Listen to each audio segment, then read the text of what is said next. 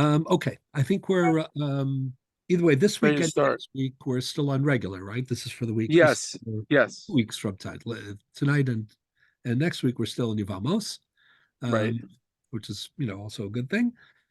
Yeah, so I think we were discussing the problem of, we were examining several cases that test whether or not problems in implementing Yibum um, are the equivalent of erva, which means there's no zika whatsoever, there's no yibum, there's no chalitza, etc. And I think we were in the middle of discussing the problem of eshes ish. So this is the Tosos on Daf Yud Omud Aleph. So I'm sorry, yes, Tosos on Yud Omud Aleph. For those of you who have um, the text of the Gemara in front of you, and for those who don't, it's just 1 second.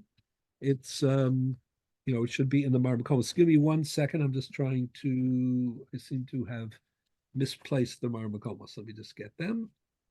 1 second. Yeah, here they are. 1 second.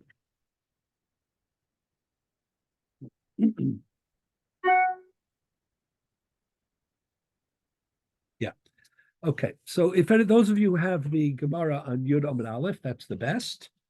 If not, it is in the Marmakomos. It should be like on the third page or so. It's the Tosas on Yud Amud Aleph. Just give me 1 second. I'm going to get the exact page.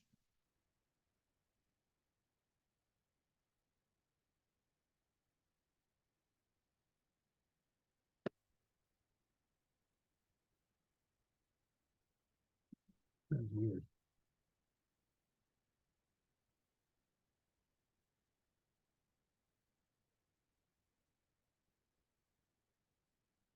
Okay, I think it's on um, page number 3. Does everybody have that? Yep. Okay, great. So it's a very long Tosis. I'm going to go through the basics of it, and I want to contrast the position of Tosos with the position of the Ramban, as we will discuss. So this is on page, this is on page 3, and it is on Yud Amud Aleph. So the problem is as follows. Let's say you have to. We started discussing this last week. It's a little bit of a head scratcher. Um, let's say one of the candidates for Yibum was a married woman in some respect. She was an Eshes Ish. Now, how could that be? That's a very peculiar idea. Yibum, after all, is a case of what? Yibum is a case where a woman was married to someone's brother.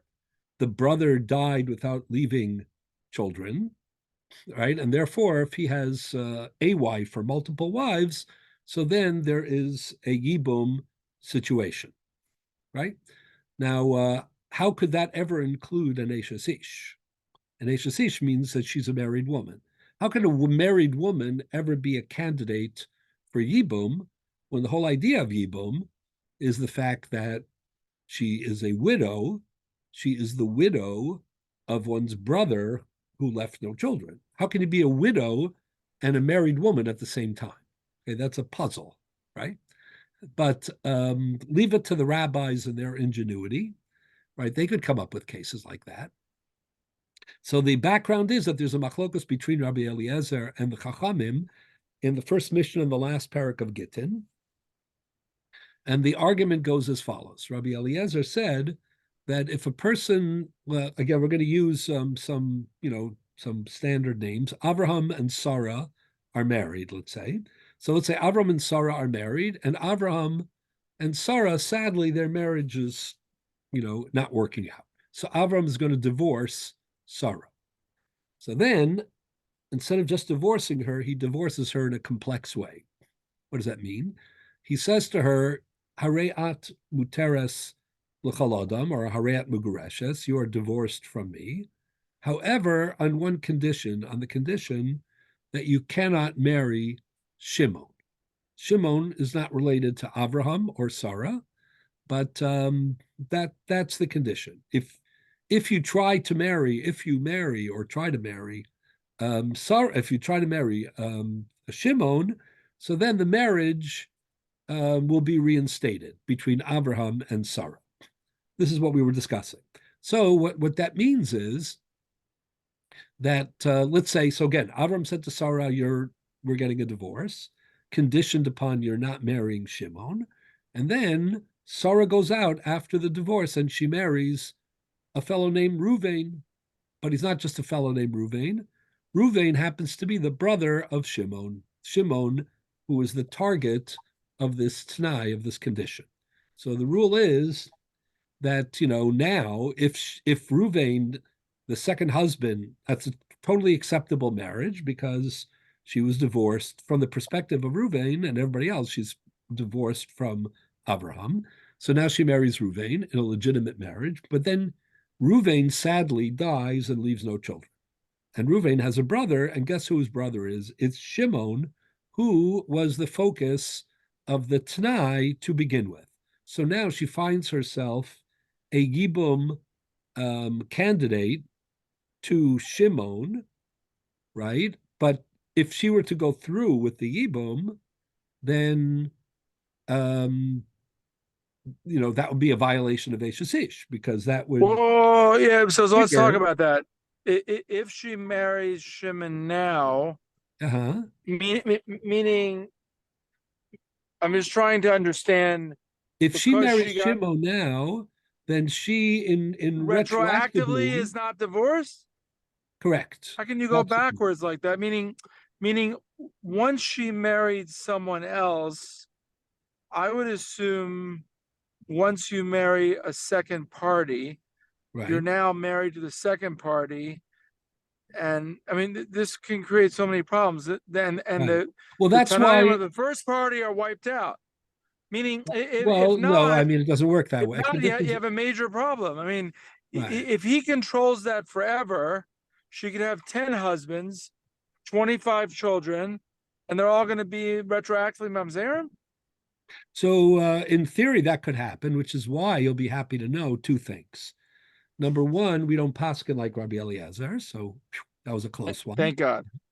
But number two is Rabbi Eliezer knew the problem. So what he said was, listen, Minatora, she could marry, other people and have children as long as she doesn't marry Shimon.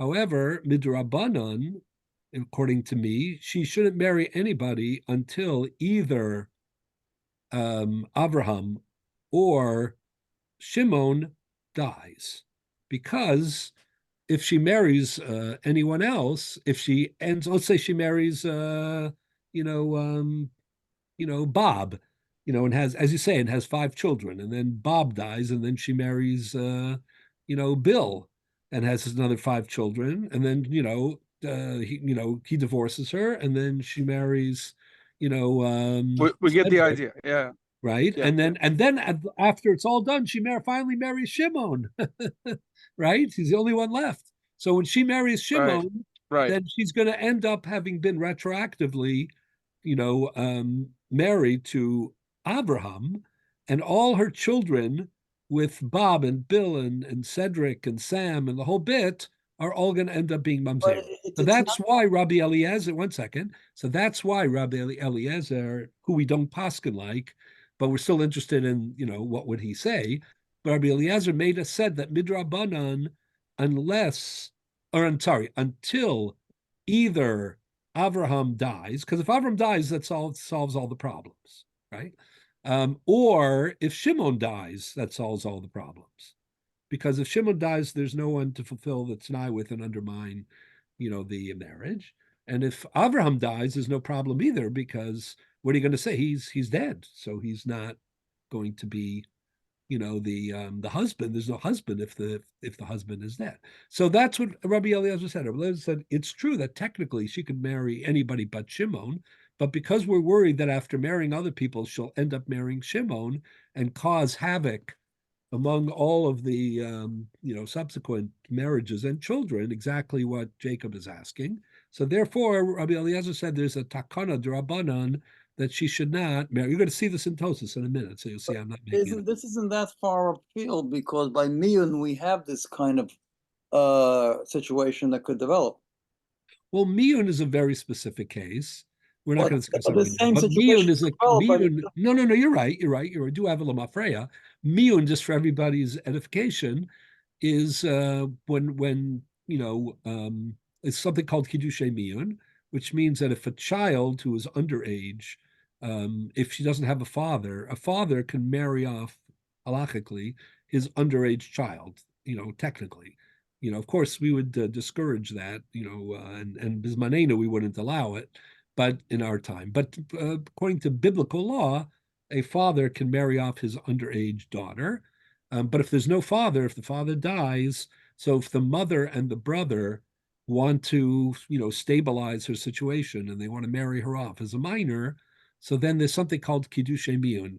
Miyun means refusal, which means that when she has the right to get out of the marriage by refusing before she becomes a gedola. If she refuses to stay in the marriage, so that's oker the marriage lamafreya. That undermines it in retrospect. So no, the idea that there are the same kind of problems could develop.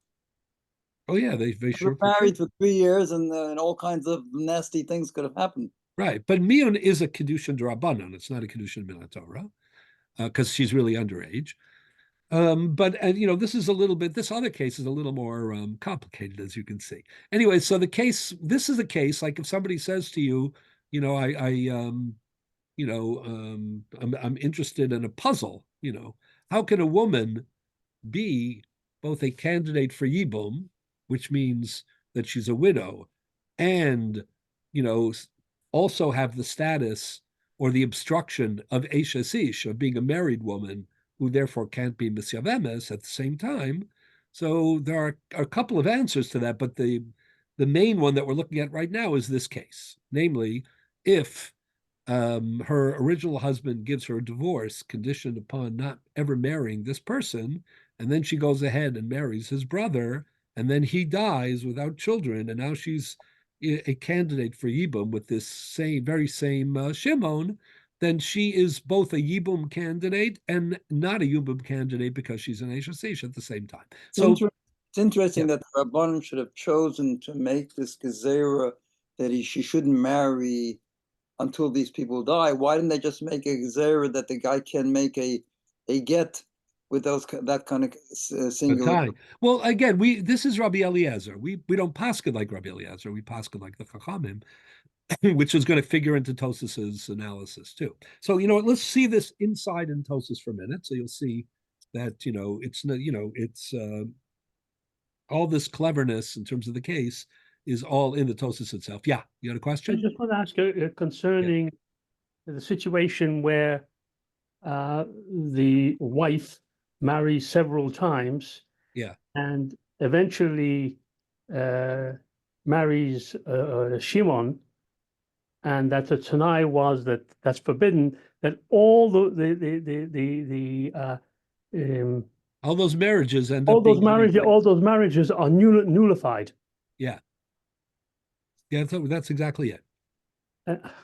I would have thought that would be kind of a limit on the number. Well, I mean, again, I'm talking about on a biblical level, yeah. But the Midrabanan, they just said don't get married under these conditions because, as you could see, it can wreak havoc. So let me see. You'll see it inside. You'll realize that it's all here. So the Olam, the Rebbe. If she doesn't listen and she does get married, what's the status of the kedushin? Say that again. If she gets married, listen, and they do get married, what's the status of the kedushin? If she marries not Shimon but someone else? No, in other words, the Rabbanan made a rule that she shouldn't get married under these conditions. Right, but if she does, that we'll see in a moment. Tosas discusses that. If she does, the marriage is kal. Yeah. So look, this is back where you started from. What? You're back where you started from. Yeah, so that's why Tosas thinks that's not the solution. We'll see in a moment. I'll read it to you inside. Olam leisei Rabbi Yossi. I'm sorry. Where are we exactly? We're on Tosas stuff Yud Amud Aleph, the very long top Tosas, or in the Marmakomos, we are on page 3, Tosis Masachet Yevamos Wow, Yudam this is a long Tosis. the Olam Lace. Got it? Yeah. Okay. So listen to this. You'll see I'm not making any of this up. I wish I was clever enough to make all this up, but you'll see it's all here. It takes a while to figure out that that's what they're saying too. But Bim Tomar, Tosis asks a question. Lisni Ashes Ish, why don't you count an Ashes Ish, meaning a wife, Shepoteres Tsarasa? We have 15 ervas, a daughter, a mother-in-law, a sister-in-law, who exclude Yibam Chalitza and Tzara. So why not add a 16th case? Let's say the candidate for Yibum is a married woman. Huh? How could a married woman be a candidate for Yibum, which is about a widow, who, survives her husband who doesn't have children? The answer is Kagon, for example, the Omar law. I'm just going to add the names here. Avraham says to his wife, Sarah, Hareza Gitech, here's your get, meaning we're divorcing. Almanas, on condition Shalotinase Leploni, on condition that you do not marry Shimon, a guy named Shimon, right? Dipligi Bamagaresh, Rabbi Lazar Rabbanan. There's an argument between Rabbi Lazar and Rabbanan in Masechet Gitin, Perek HaMagaresh, whether or not he can make such a condition. As it happens, we paskin like the Chachamim, who say that he cannot. But according to Rabbi Lazar, he can. Till Rabbi Lazar have a get. Rabbi Lazar said this is an acceptable, it's a despicable condition, but it's an acceptable condition. The Asura Leploni, and therefore the get is Chal, but she cannot marry Shimon. If she marries Shimon, she is going to end up being, back an Eshasish of Avraham. So if she doesn't marry Shimon, but she happens to marry Shimon's brother, Ruvain, right? Umes, and then Ruvain, the brother of Shimon, dies without leaving children. Hoteres Sarasa. So then we should say that it's just like a daughter and just like a mother-in-law and just like a stepmother cannot be Yibum candidates. We should say that an Eshasish can't be a Merev candidate either. Why is she an Eshasish? Because if she were to go ahead with the Yibum, the havoc, on the timeline and on the relationships would be that she would end up being, she can't not be B'Sabebes because it's an Avera, she is Bakari. If she were to go ahead and try to have Yibum with this Shimon, she would end up being an Eshasish, and therefore it's not doable. But why not include that in the Mishnah? So then the Afal Gav. Remember, I said that Midrabanan you're not allowed to do this because of where Jacob asked correctly. You could create all sorts of mamzeros. If you have this kind of a tanai. So that's what these words mean. The Afal Gav, even though the Asur L'chal Adam Afil Rabbi Eliezer Midrabanan, even though that from a rabbinic enactment point of view, right? Even Rabbi Eliezer agrees that she's not allowed to marry anybody ad sheyamus hamagaresh ohaploni, unless or until I should say either Abraham, the original husband, dies, because once he dies, there's no problem of Eshasish, or Shimon, the object of the Tanai, dies, because once he dies, there's no problem either.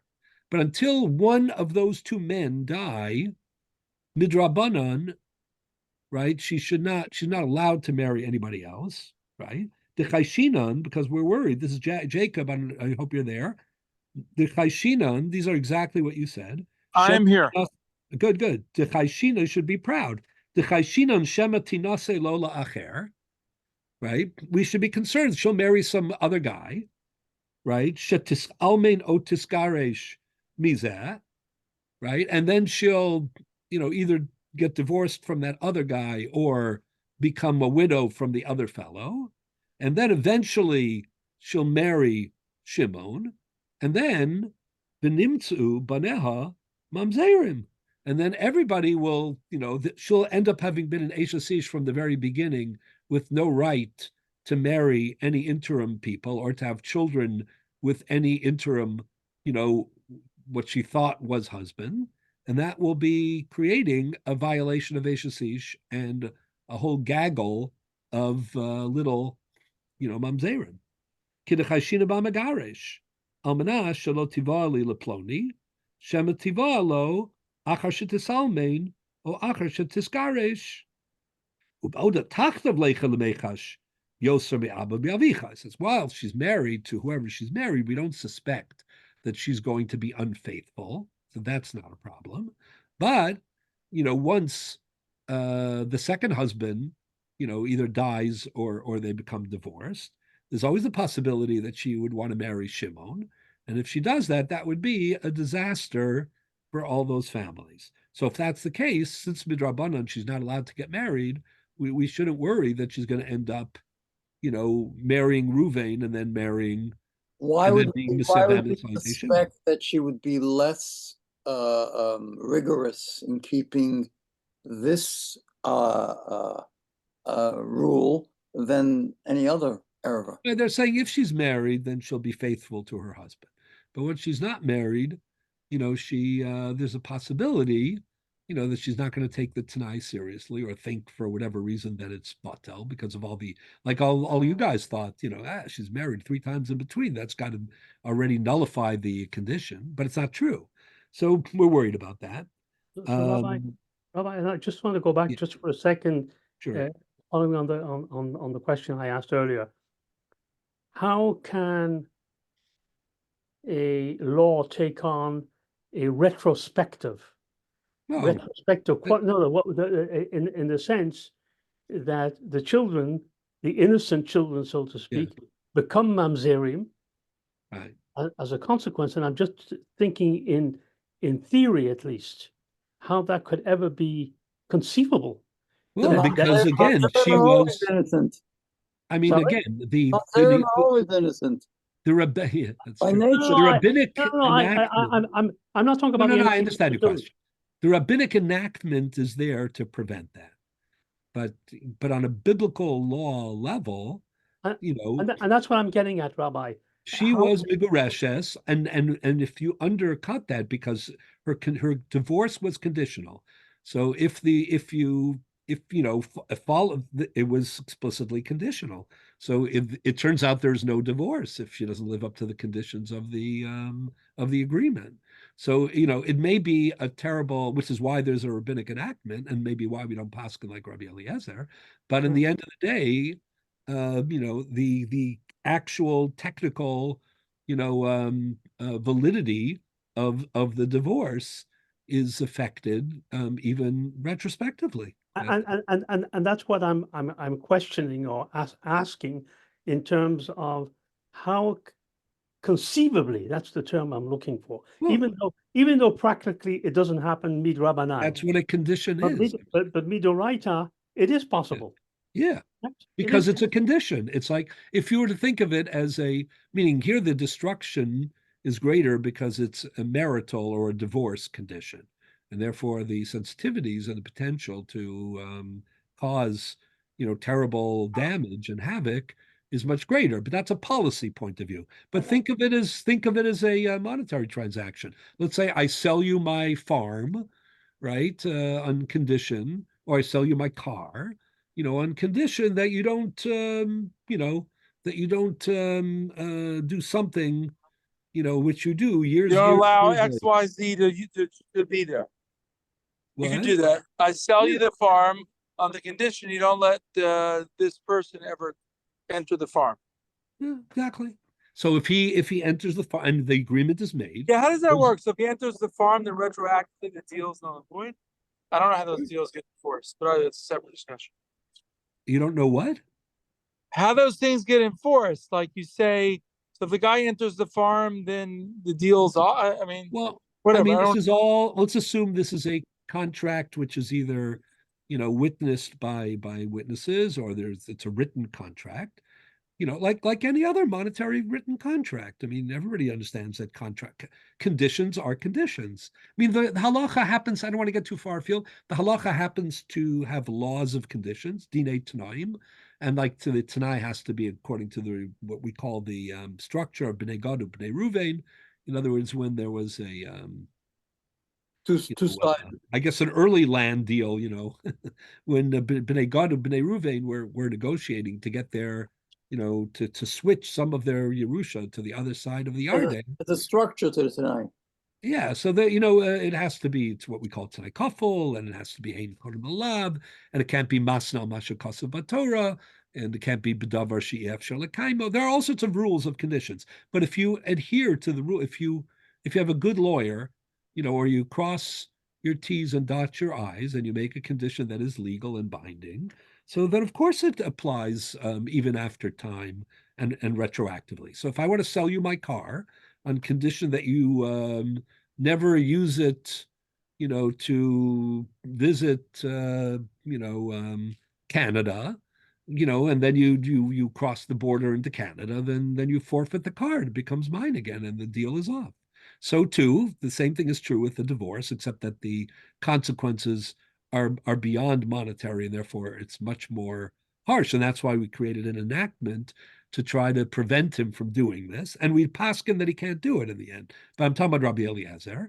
But the principle of having a contract which is conditional and the impact of that condition being upheld, even after time and retroactively, is a very basic view in law and in the halacha's view of law as well. I mean, that's what a tanai is. You can make a tanai to a get, and you can make, I think last week when we started discussing this, Jacob was asking, can you make a tanai for a get? The answer is absolutely. Depends what the tanai is. I had thought, right. I had thought again it had to be clean, but I was wrong. No, you were talking about also the principle that it should be a davar hakoris beino leveina, meaning it shouldn't be something you can hang over the person's head and control them after. What you are. You can say, I will divorce you on the condition you don't marry these 50 guys. That works. I'll divorce you on the condition you don't marry anyone from New York. You could. But I mean, when they say davar hakoris beino, I don't want to get into the davar hakoris beino leveina right now, but I mean, there are some conditions that are like there's no shelf life at all, meaning there's no good at all. Those are conditions that in a get violate the clause of being a davar a sefer krisis, a davar hakoris beino leveina. But if you have a complex condition, again that's part of the transaction. By the way, kiddushin also. You can have aret mekudeshes li almanas. The whole half of Masechet Kedushin is about this. Almanas shed, adaber alayich l'shilto, right? Be my wife on condition. It can go in either direction in the case of Kedushin. We have the condition. She can impose you don't go to your parents' house before Yom Tov or something like that. We had that in the Masechta. You don't go to your parents' house before Yom Tov or something like that. We had that, I think. I mean, there are all sorts of conditions. The laws of Tanai, of condition, are a very fundamental, dimension of all legal systems. And the halacha happens to have very particular views on Dinei Tanaim. But if you look at the Rambam, if you want to look it up, you can look up in Parak Hay of Hilchos Ishus, the 5th chapter of Hilchos Ishus, in the Rambam, he lists the formal laws of Tanai, of conditions.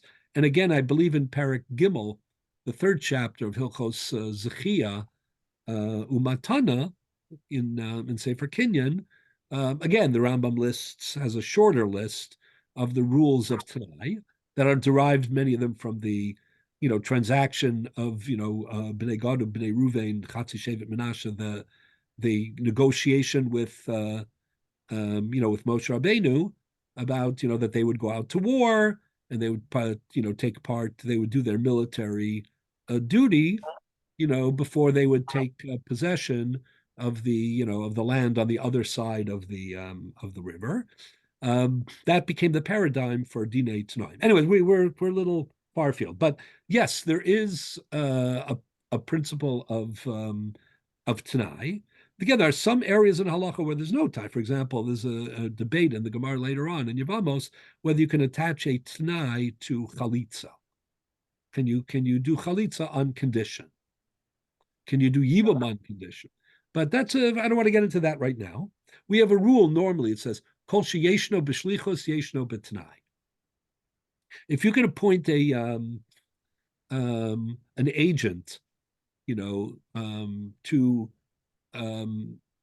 to implement something that's under your jurisdiction, then you can also impose a condition on that. That's what the Gemara says that in Ksuvas on Daf Ayin Daled Amud Aleph, Kol sheyeshna b'shlichus yeshna b'tai, Kol she'ena No b'shlichus. shlichus by Yibum and Chalitza. What? There is no shlichus by Yibum and Right. So that's why Yibum and Chalitza, whether they're very possibly are no Tanaim. But here the Tanai is not on the Yibum and it's not on the Chalitza, it's on the get, that it is back in history. A get is something, is there shlichus beget? Is there shlichus bekiddushin? Worse. Right? The whole second parak of Kiddushin is about shlichus bekiddushin. The whole sixth parak of Gittin is about shlichus, begit. Last year we spoke about, the shliach holacha, the shliach kabbalah to get. So there certainly are tanaim. You can impose conditions, not any conditions, but in principle, generally conditions on a get and on a monetary transaction and on a kiddushin transaction. And if it's properly structured and formulated and binding, then that'll have consequences, legal consequences, as it should. But doesn't mean it's always such a good idea. So that's why we have a didrabanan here. That's also why we don't paskin like Rabbi Eliezer. But the question here is, if you hold like Rabbi Eliezer, so we found an ingenious scenario where a woman is a widow facing Yibum, and she's also jointly an Eishes Ish. And if she's an Eishes Ish, and therefore she can't fulfill the Yibum, then that should be on the list of the Mishnah. That's actually, does this fall into the question like we have by Gittin that the two things occur at one time? Because she doesn't really become the Eishes Ish until she does the Yibum.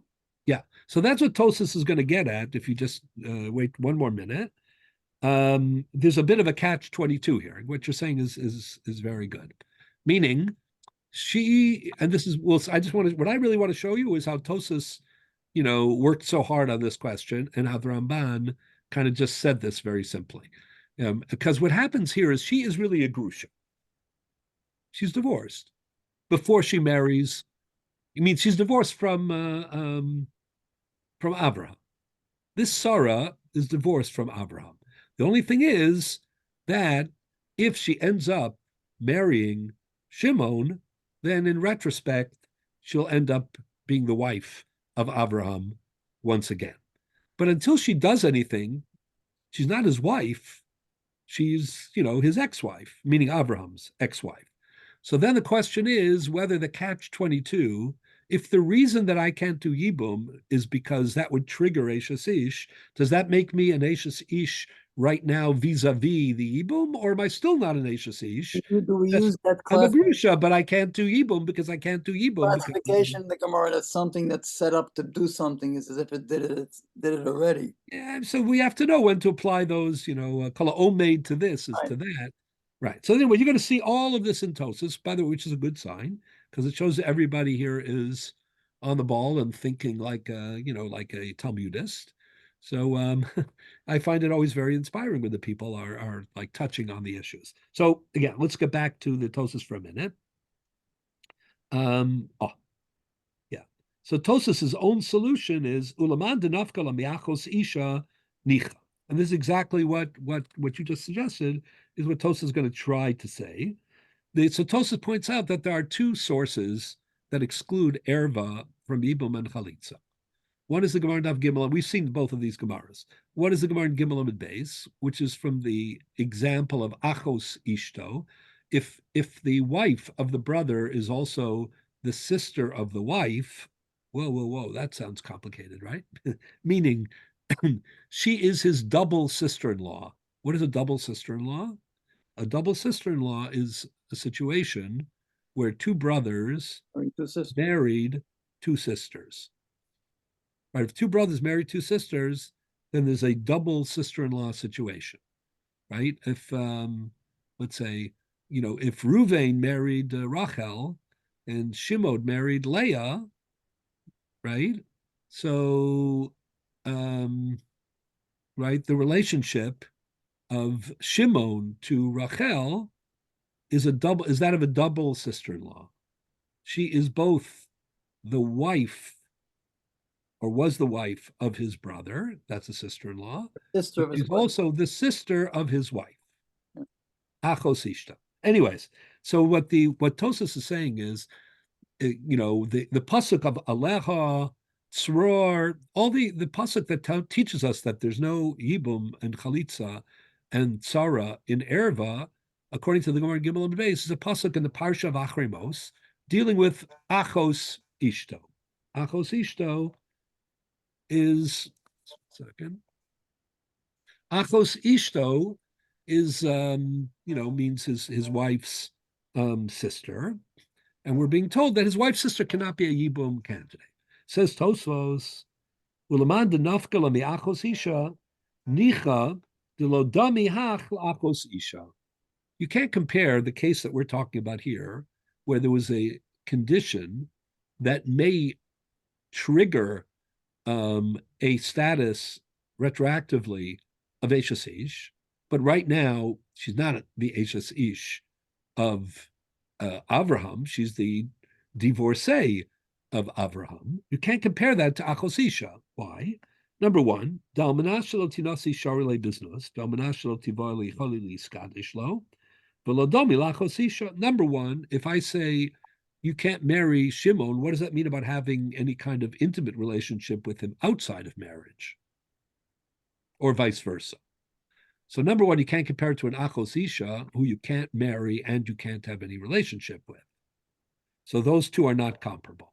But then Tosa says, and even if he stipulates both, let's say he said, this get is conditioned upon you having, no relationship with Shimon and also no marriage with Shimon. So you took care of both things. So that's what Tosa says. Ibkain Sharilei. Kinesis la'achiv code. Vafilu ilo chashiv shir mikamakom lo dami lachosisha. Dahasam b'shas nefila hava chosisha. Aval hacha b'shas nefila ena eshasish ad shetivaylo. Tosa says, even if you were to say you can't have a physical relationship with Shimon, otherwise you trigger the get, you trigger the Eshasish. You can't marry Shimon, otherwise you trigger Eshasish. You said both. It's still not comparable to Achos Ishto because Achos Ishto is a status. And that status, this is what you were asking before, exists independent of the contingent of following through with the Yibum.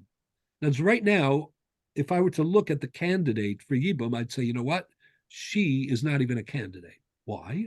Because while she is the wife of my brother, and in the context of Yibum, that's not a problem, she's also the sister of my wife, and therefore she is excluded as a candidate. But in the case of Eshes Ish, what we're talking about, she's not an Eshes Ish, she's a Grusha. The only problem would be if you actually went ahead and tried to be Miyabim. But as a candidate, as an identified individual, she is not an Eshes Ish. She's a Grusha. Rabbi? Yes. If there's a get with a condition like that, and you tell the woman she can't get remarried until one of the two people dies, is she really divorced? I mean, the husband can go ahead and get married, but she's still tied. She can't do anything. How's she really divorced? Well, she is divorced. I mean, Minat Torah, she could marry anybody but Shimon. With the Rabbanan, we don't want her to do it because we're trying to protect her in case she goes too far. We were trying to protect her from herself in a way. But from a biblical law point of view, she can marry anybody in the world except for Shimon. She's divorced. And also she's divorced in the sense that whatever the legal, relationship is between a husband and a wife, for better or for worse, that has been terminated unless there's a violation of the contract, which, re-triggers the marriage, or not really triggers the marriage, which in retrospect nullifies the divorce, in which case the marriage never ended. So she's still divorced and she still has options. The idea that she can't marry, or we don't want her to marry anyone else, is for her protection, not for his protection. And if she violates that and refuses to go along with it, since it's for her protection, then we legally recognize her second, third, fourth, fifth, whatever it is, as many marriages as she wants to make. They are binding, and she is an Eshes Ish.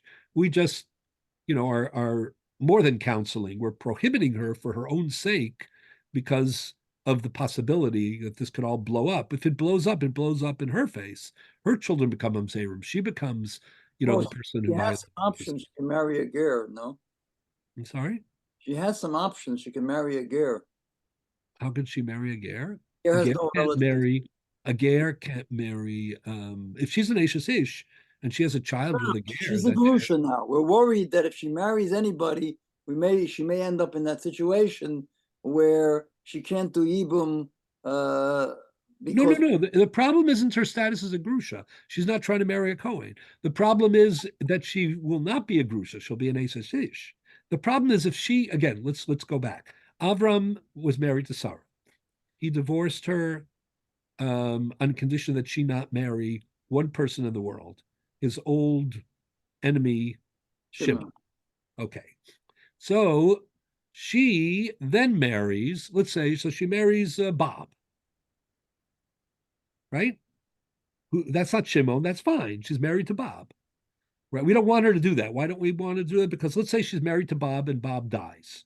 And then she goes and she marries Bill, right? And then he divorces her. And then she goes and she marries Sam, right? And let's say she has children with any of those people. So far, so good. But then let's say towards the end of her life, after marrying all these other people, she says, you know what? I always wanted to marry Shimon. I'm going to marry Shimon.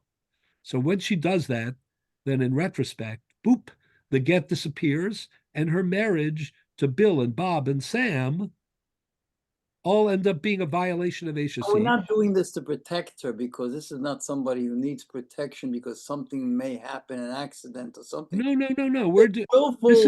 A willful transgression on her part. Or she forgets, I don't know, whatever it is. Meaning the point is it's to protect her from violating Eshes Ish and from producing children who are mamzerim. So ger doesn't help you for that. A ger is an issue of has no relatives, so I figured she can't get into trouble. But now nothing to do with relatives. This is a violation of Eshes Ish.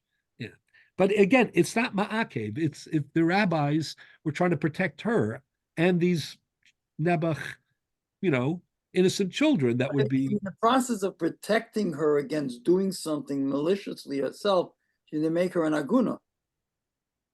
Well, it doesn't. I mean, it's a little bit extreme because if you protect them against an accident, the husband may come back because maybe he's not really dead. Okay, this is something where lahachas. She knows exactly what she's doing. There's 1 million people in the world. It's only Shimon. After she's already had children. It's a good point. Be a pretty bad person. I guess they're weighing, the protection, and also they don't think it's forever because they think, that as soon as either, Avraham dies or Shimon dies, then the nightmare is over. But these are policy issues. They're not meaning this idea that she should not marry anybody else because of what we're worried about. The Gemara is usually so concerned about aguna. We make all kinds of protective measures. We were lenient on some. No, it's a good point. Now we're going to worry about the fact that she's going to become a malicious person knowingly doing an avera, an erva, after not only that, but doing it against her own children because she's making mamzerim. Yeah. No, it's a good. That's we're going to make all the women in the world agunas who have that situation. No. Well, this is a very rare case. We'll see in a moment. It's a very rare case, and it's a discouraged case to begin with. So it isn't so simple. I also think that there's like a bit of a psychological issue here. When when the husband Avram said to Sarah, "Don't do it," that means that it's the temptation is there to do it. Right. There's something he didn't make up Shimon. He didn't make up Shimon for no. So either he's the business partner, who. Or there may be a history of exactly. There's some reason to think, and something that bothers him about Shimon, so I think that's part of there's smoke, there may be fire. Yeah, exactly. Anyways, what's so interesting about this thing is that Tosas ends up saying, so Tosas says, if you compare it to Akos Isha, it's not comparable because Akos Isha is a status, and here, her status is Grusha, not Eshes Ish. But then Tosas goes on to say, however, maybe she is an Eshes Ish because even though she's not an Eshes Ish at the moment, if you were to ask the question, what is the impediment for her Yibum? A legal question. If you were to try to like identify or describe, why can't she be B'Savemis in this case? What would the answer be? If you don't want to tell the whole story. You wanted to take one term and identify what the impediment or the obstacle was. What would you say? Eshes Ish. Says Tosas, this is very brilliant of Tosas. I mean, it's very subtle, right? Tosas says, so even though right now, legally, she's a group. Right now, she's not an Eshes Ish. She's just as a candidate, her candidacy can't go through because if she would try to implement the candidacy, that would trigger Eshes Ish, but she's not an Eshes Ish. On the other hand, if we ask why she's not a candidate, what's the problem? We would identify the factor that precludes her Yibum as what? Eshes Ish. So she's an Eshes Ish, not objectively, but she's an Eshes Ish vis-a-vis the mitzvah of Yibum. Isn't that a very subtle idea? Like, in other words, in trying to, in this very subtle question of whether or not we consider the Eshes Ish status to exist, given that that's what we're concerned about, in terms of implementation, but we're not there yet. Is she an Eshes Ish with respect to this problem? That's an interesting formulation question. Rabbi Roth, what do you think about that? I don't want to put you on the spot, but I figured you would like that. You are. Okay, so I take it back. But I'm saying this idea, in other words, that we have like an objectively, she's not an Eshes Ish right now. She's a Grusha. Because we haven't triggered the condition to change, to change the mitzvah, to change the reality. If I remember correctly, on the other hand, the reason that we can't move forward with what we normally would have, accomplished, which is to encourage Yibum. Like, if you identify what the problem is because if you go ahead with Yibum, right, then she'll become an Eshes Ish, which will make Yibum impossible. Correctly, we have certain instances where we allow the Yibum only once. Only? We allow the Yibum only once, only one interaction between the man and the woman under certain conditions, if I'm not mistaken. Yeah, okay. I mean, with something called Nasra, which means that. Yeah. Why couldn't we say that the first instance of the Yibum was prior? Something has to happen first. Is the Yibum first or the Eshes Ish coming first? Let's say the Yibum occurs a nanosecond before the Eshes Ish. So can we equate that similarly to when we say that they can have one instance of a relationship and not a second one? Because no, we're not talking about doing two actions. We're talking about, or even the timing of it. Meaning, I think what you're talking about is there's a rule called, which we'll discuss the next topic, which will be the Nida question. But there's a rule in the Mishnah and the Gemara later on Chav Ches and Lamed called Nasra. What that means is that the opportunity of Yibum is defined by the moment of the Nefila, by the moment of the initiation of the status. In other words, when the husband dies, usually that is the critical moment for determining whether or not there's a potential for Yibum. For example, let's say two brothers married two sisters. Okay? So when one brother died, there can't be Yibum at that moment because the Yibum candidate is the sister of his wife, and that's an erva, right? Now, let's say a month later, let's say the sister, meaning the Yavam's wife, who is the sister of the candidate, let's say she dies, right? So that's no longer an obstacle.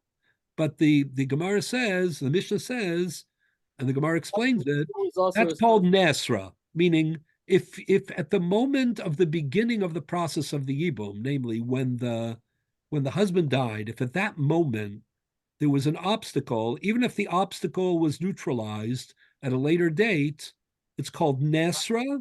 If originally she was not a candidate, then she's never a candidate. That's the din of Nasra. That's why the Polytosis asks the following question, which we'll deal with next time, hopefully. And that is, let's say the woman is a nida physically when her husband dies. That can happen all the time. That's not an unusual circumstance, right? She has her menstrual period, right? During or at the time, she's still in the effect of that when the husband dies. So that's what Tosas asks on Daf Beis and Aleph. Maybe why don't you say, what's wrong with saying Nesra? Meaning at that moment the Yavam cannot do Yibum because that's an Isser Kares. We never say. Never the say. next week or next next day she'll go to the mikvah, she'll be tahora. But then what about Nesra? So Tosas is trying to explain, why is this not a problem of Nesra? So that's the issue of the timing question. But here it's not a timing question in that way. We're trying to figure out at the moment when Ruvain died, right? She is still vis-a-vis Abraham and therefore a grusha, not an Eshes Ish. But the problem is if she will go ahead and be misyavemes to Shimon, then that act of Yibum can't take place because it will disqualify her as an Eshes Ish. So she's not an Eshes Ish before she implements, but she can't implement because the implementation would create the Eshes Ish. So is she an Eshes Ish vis-a-vis Yibum, even though she's not an Eshes Ish objectively? That's what Tosas doesn't know. The Tosas says maybe, so maybe it is like Achos Isha. However, says Tosas, even if that were to be true, listen to this, afilu tichashveno Eshes Ish, kivan because shemitam Eshes Ish asura libalo, because the obstacle is an obstacle of Eshes Ish, but mikol makom lo dami, it's still not like an Achos Isha. Why? Kivan shem tiva liyavam shenesra alav hava Eshes Ish, v'lo hoisa Eshes Achiv me'olam. Because look, think about it this way. Let's say she were to go ahead with the Yibum, right? So if she were to go ahead for the Yibum, what would happen? This woman would turn into an Eshes Ish of who? Of Abraham. But if she was an Eshes Ish of Abraham, then she was never married to Ruvain. If she was never married to Ruvain, then there's no Yibum situation with Shimon. I don't want to give everybody a headache, but this is like that's. So what Tosas is saying is this is not like Achos Isha. Achos Isha is a very straightforward case. The woman who seems to be a candidate for Yibum has another independent, very explicit, unambiguous status. Namely, in addition to being the wife of his brother, she is also the sister of his wife, and that is not an acceptable candidacy for Yibum, and therefore it's erva. But in this crazy case of Abraham imposing this mean-spirited condition, which prevents her after she married Ruvain from becoming misyavemes to Shimon, that is true, but it's not erva because it's not comparable to Achos Isha. She's not an Eshes Ish, and if you want to insist that she's an Eshes Ish, then you basically have to say that she's not a Yavama. Because if she is an Eshes Ish, then she was never married to Ruvain, the brother, because she's been an Eshes Ish of Abraham from before that time. Everybody with me? Okay. Then Tosas goes on to say, it's getting late, so I want to get to the Ramban to contrast it. Tosas says, however, that is all well and good if you think that the source for excluding erva is Achos Isha, meaning the wife, sister. But there's another Gemara that says anybody you can't marry because there's an impediment is an erva for Yibum. The Tosafos says, then the Eshes Ish doesn't need to be parallel to Achos Ish, though, right? So it's really, it should be a problem. It should be a real erva. It's strange that it's not. So Tosafos ends up saying, you know why it's not a problem? Because we don't paskin like Rabbi Eliezer. If we paskin like Rabbi Eliezer, then it should be in the Mishnah. Well, we still have to know what went through Rabbi Eliezer's head. I mean, Okay. The bigger takeaway of Tosas, would you say that this Tosas, this long Tosas, if you were to analyze the legal arguments in Tosas and is Tosas working very hard, is taking this question very seriously, or dismissing it lightly, as not a serious problem? I mean, it's a rhetorical question, right? Tosas is working very hard. It takes a lot of mental energy just to follow what they're saying. But this is the way and 50% of 50% of what they're saying is you're right. We don't paskin like, if we paskin like Rabbi Eliezer, it would be an appropriate case for the Mishnah. This is generally the difference in the way Bali Ashkenaz and Bali Tosas express themselves, and the Ramban and those express themselves. I mean, well, I think on this particular issue of Yibum, they have a difference. I don't think it's a general style difference in I mean, there is more digging into minutia or whatever. All the Rishonim dig into minutia because they're trying to find the truth. But what I'm going to explain it differently. Now look at the Ramban on page 3 in the Mar Makomos. It's a much smaller piece. You can just tell already with the quantity of the word. The words are it's just a smaller piece. You could say, oh, because he's more succinct. Could be. But listen to the whole argument. Masnisin Chamesh Asrei Nashim Potros Tzarseim. First he starts off. Rabboseinu HaTzarfatim, the French rabbis, which means the Bali Tosas, Hikshu, they asked, the Lisni Tezayin should be 16, because there should be an additional case, namely, Kagon Megarish Asishto, a person Avram divorces Sarah, Almanas on condition, Shalotinasi Ruvain, he just switched my Ruvain and Shimon, so he says, on condition that she not marry, with her newfound freedom, she can marry anybody in the world, but she's not allowed to marry Ruvain. What does she do? The whole Chavani says Shimon. So she doesn't marry Ruvain, but she marries his brother, Umeis, and then the brother Shimon dies. Benafla lifnei Ruvain, and now she's a Yibum candidate for Ruvain, who is the problem. Exactly Tosa's question. Demigo dihi asura, sarasa asura love. Shouldn't you, Tosas ask, you should say that since he cannot be miyavim her because she'll turn into an Eshasish, and that would be prohibited. So therefore, there should also be an exemption for the co-wives, meaning if Sarah, when she was married to Ruvain, had a co-wife, another wife of Ruvain, namely Rachel, right? So not only would Sarah be excluded from Yibum and Chalitza, but Rachel would be excluded as well, just like the Ervas of the Mishnah. But didn't we discuss last week that this only applies to, so to speak, from birth ervas? In other words, not man-made conditional ervas. This is a man-made conditional. So that's what the Ramban is going to say. But the Tosas didn't say that at all. So listen to this. Afal pi shazu kusha shel kantor. So that's number one. The Ramban says, listen, this question, why isn't it in the Mishnah, is a bit of a cantankerous or mischievous question, right? You have to be half a mathematician, or have a little bit of a, that has to be wired a certain way. Yeah, to figure out this case, how could somebody be an almana and an Eshasish at the same time? It's again, it's a good halachic puzzle, when you're sitting around the Shabbos table and you want to, and you want to use a puzzle, it's a good one. So he says to ask seriously, like why the cases in the Mishnah are all very straightforward. They're all known relationships: a daughter-in-law, mother-in-law, a sister-in-law, a stepmother. Eshasish. Come on, you have to figure out what are we talking about even, right? The Masis and Tanaim look, Tani. This is not talking about, some case which is created through a rogue, albeit effective, condition. Aval, says the Ramban, and that's why it's not in the Mishnah. He says, I'm not losing any sleep over that. As for the question itself, he says, I don't think that's too serious either.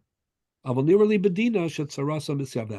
co-wife does have to have Yibum or Chalitza, meaning Rachel, the co-wife of Sarah.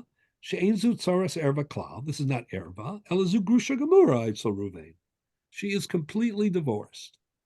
Kishar kalo anashim, like any other, situation of divorce. She can't actually marry or be b'syavemes to Shimon because that would trigger the undoing of the divorce, and then she would be an Eishes Ish. He says, yeah, that's true, but that's Mishum Tanai Bi'alma Suralav. That isn't a relationship problem. That is a, catch-22 Man-created contract problem. man-made problem. Shelo yevatel is gita Rabbi, mimeni even though it's a man-made or man-created situation, yeah, the law can't be changed. The retroactive. No. We're not challenging the law, meaning she cannot be misyavemes, but that doesn't give it a legal status of erva because meaning there are two different questions here. One is can she actually be misyavemes? The answer is no because of what you just said. The contract is still binding, and if she would try to be misyavemes, it would trigger Eishes Ish, and then that would be a stira, that would be a conflict. She couldn't be misyavemes. She can't be misyavemes. What we want to know is, does that mean the co-wife is also excluded like an erva? The answer is no, it's not an erva. It's because of an extraneous man-made, problem. So that doesn't help you for the yibum because that just depends on the legality, and that's factual. But in terms of this, we have to remember that the Torah issue is a chiddush unto itself. Right. Exactly. In other words, we wouldn't normally think there's anything wrong with their. Right. So that's limited to erva. That doesn't apply just because, in fact, there's no yibum. In Tomar Enek Grusha Etzlo, what you want to claim that she's like an Eishes Ish because that's the impediment, like Tosa says. The Lorami erva kameh liyibum elishi grusha etzlo vade kedefrishas. He said, if you want to go that route and claim that she's a grusha, that she's an Eishes Ish, then I'll do you better. She's an Eishes Ish. She's not a Yavama. Because if she's an Eishes Ish, she was never married to he has Shimon, and therefore she's not a candidate for Reuven. No matter which way you look, slice it, says Ramban, this is a problem which is a problem that excludes Yibum, but it's not an erva, that would exclude or exempt the tzara. But then he goes on and goes a giant step further. Listen to this. Miu, b'shenafel fun of levada. He says, let's say there isn't a tzara, and we're only interested in, this woman herself, Sarah. She's the only wife of Reuven, we'll say. Okay, so there's no tzara. But, says Ramban, I am doubtful about the following issue. She cannot be misavemes for the reason we discussed. Everybody agrees with that. That's not controversial. Does she need chalitza? We have a rule: if you can't do yibum, you can't do chalitza. Oh, says the Ramban. Miu, b'shenafel lefan of levada. If she's the only wife, ani mesupak, I'm doubtful. Im sricha chalitza mimenu. Because on the one hand, kiven de meguresha said slow, right? On the one hand, she's not an Eishes. It's a technical problem in implementing Yibum. It's not a fundamental problem that it's the kind of relationship that she's not even a candidate, and therefore there is Zika. And if there's Zika, there should be Chalitza. On the other hand, since we have this rule, Kiven shein ola liyibum and ola lechalitza, there's a rule that says when there's no Yibum, there's no Chalitza. But there are some exceptions to that rule, as we already have seen, and we'll see again, we'll discuss again. For example, the Gemara says on Daf Chaf, Amud Beis, that if, an almana, you have a Yibum situation of an almana to almana nesua lekohen gadol. Meaning, let's say the Kohen Gadol's brother was married to this woman, and then the Kohen Gadol's brother died. Okay, so the Kohen Gadol, is the potential Yavam, and the Yavama is a Nesua, right, Almana. So that is a Kohen Gadol cannot marry a anybody but a basula. So she's nesua. I mean, she's not a basula, and she's also an almana. You can't marry an almana. Those are the special, marital strictures of a Kohen Gadol. So it's ein aseh dochelos aseh biaseh. However, says the Gemara, there is chalitza in that case. There's a debate among the Rishonim, Tudayas and the Ramban and others, Rajba, is that a din d'oraisa or din d'rabbanan? Meaning, is there really no chalitza either because there's no yibum, or there is no yibum but there is chalitza? That's a simple. So there is an exception, and we have to figure out what the parameters of the exception of this rule of kol ein olo yibum ein olo chalitza. So what the Ramban here is saying, but look how far the Ramban is different from Tosas. Tosas is 50%. First of all, they're working hard. They take this question seriously about the Mishnah, about the legal status. Tosas saying there are two sources for the exclusion of an erva. According to one of the sources, I don't see why Eshes Ish isn't the exact same as Bito or Kaloso or Achos Ishto. Tosas is basically saying this is a very serious problem. The Ramban is saying it's a man-made dilemma. She's not an Eshes Ish. If you were to try to go through with the Yibum, that would trigger Eshes Ish, and therefore you can't go through with the Yibum. But, there's no erva. So then the Ramban goes further. The Ramban says, you know what? Since I think there's no erva, and this isn't such a serious problem, I'm even wondering whether or not she doesn't need chalitza. And the only reason that she wouldn't is because of this other rule that says no Yibum, no chalitza. And that's how the Ramban ends up. He says, "V'chein nira elishatzarich Talmud." Interesting. I mean, he's saying, I don't have a proof for it. I'm not 100% sure, but my instinct or my, likely conclusion is that there's no chalitza since there's no yibum, which is a kula, right? Since he's Msapek. So if you look at I'm going to have to stop in a minute, but if you look just for a minute at the Rajba, the next piece of the Rajba mostly analyzes things like the Ramban, except he argues with him on the Chalitza part. But he doesn't argue with him practically. The Rajba wrote this when the Ramban was still alive, according to the way that he refers to him. Well, I still argue with his Rabbi. And he argues with him, but then he says, follow the Ramban. You'll see. So listen to this. I'll show you first where he says follow the Ramban. He says, if you look on page 5, on the end of the piece, 2 lines before the end, before the Chuvas Harajba, Elo Sharaisi Laharamban. Everybody see that? Niru. Niru is means like Shlita. Sheyichel Yamim Tov Maruchim. It's also, Natar Rachmana V'kaime or something like that. I mean, the God should keep him healthy or whatever. I mean, the Ramban was still alive when this was written. Shenistapek b'davar zeh, that he registers his doubt about this case. Umatin dvarav, which is true. I mean, he doesn't come out definitively, but he says he's noteh, he's inclined to think lepocher min chalitza, to exempt her from chalitza. The Rajba himself, I'll read you the lines in a minute, says he's inclined to think that she is obligated in chalitza, but he adds why the Ramban thinks that she should not have chalitza.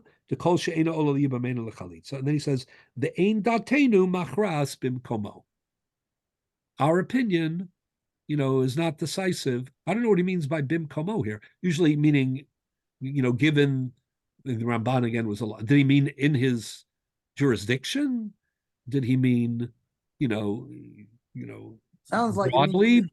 Hard to know. But anyways, this is a certain sign of respect. But look earlier at where he makes the argument in the middle of the piece. Umistaberli, says the Rajba, da'afilu hi atzma choletzes. The Rajba says, in my opinion, even though there's practically no yibum, since there's no erva and there's certainly no p'tur tzara, there's also chalitza. The ein ani kore bazu kol she'ena ola libamenu lechalitza. The b'tznaim lo kamai rikra. The Torah didn't mean to say, or the Klal doesn't mean to say that there's never chalitza whenever there's no yibum. What they meant was if there's a fundamental flaw that is responsible for the absence of Yibum. Probably what he means is there's no Zika, meaning the fact that there's no Yibum shows you there's really a problem here, a big problem, a core problem. Then that affects Chalitza too. There's no Zika, there's no Yibum, there's no Chalitza. The law Minan El Isser Erva, that's in something like an Isser Erva. Aval bezush Isser Davar Acher Garam La Lehi Aser, Dahainu Tnao, here he created the problem. Mina Avram, the first husband, created the problem artificially by making this Tanai, which, causes havoc. So in practice, there's no Yibum. But it's not because she's an erva, and it's not because there's no Zika. Therefore, says let me finish one more second. Therefore, Cholet says, is the Rashba sort of saying that in one case he uses Hutra, and in one case he's sort of using the Chuya? Say that again? In other words, Rashba struggling to show a difference in the two situations. And the man-made may be a Dechuya type of approach. Oh, I see what you're saying. I think you have to be careful, right? Not in the way that we've been using it, as two perspectives on Yibum broadly, but yes, in a way, I think that's an interesting way to look at it. In other words, the dilemma, the obstacle to Yibum, both the Ramban and Rajba believe in this case, unlike Tosas, is not that she's not a fit candidate; it's that you can't implement the Yibum. And that's more of a technicality, in general, you have this situation that you can't do Yibum. What they're saying in the Hutra mantra basically is that basically the problem doesn't exist. Okay. Right. Now, when this man-made situation, the problem sure did exist. The man pushed it off with his contorted conditions he made for the get. So that's why maybe there could be this Hutra Dechuya. Maybe again, it doesn't mean what it means nor in the Ramban versus Tosas, right? But you're right. I mean, the sense that I like the language difference between the two. But I think his language is really actually very good, and he invokes it in other places in the Masechta and also in his Chuvas.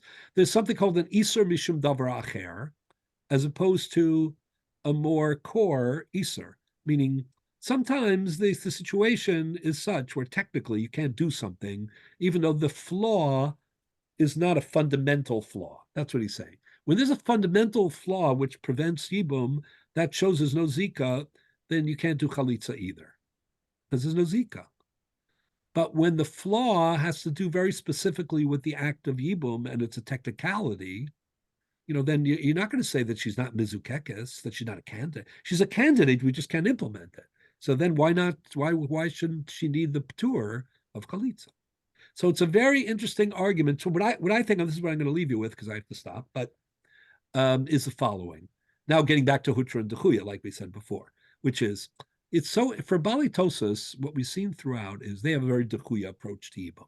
And for them, the real issue always is, can you safely, halachically, permissibly do the act of Yibum? Can you complete this mitzvah or not? That's the question. If you can, great. And if you can't, it doesn't matter so much why you can't.